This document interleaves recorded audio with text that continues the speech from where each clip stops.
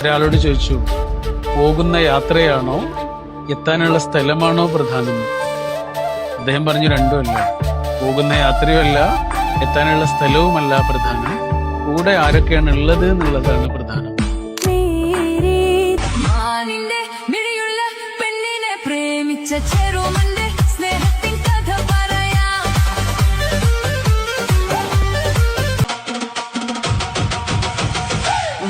ചക്കട ചോള കണക്കിന് തൊടുത്തൊരു കല്യാണി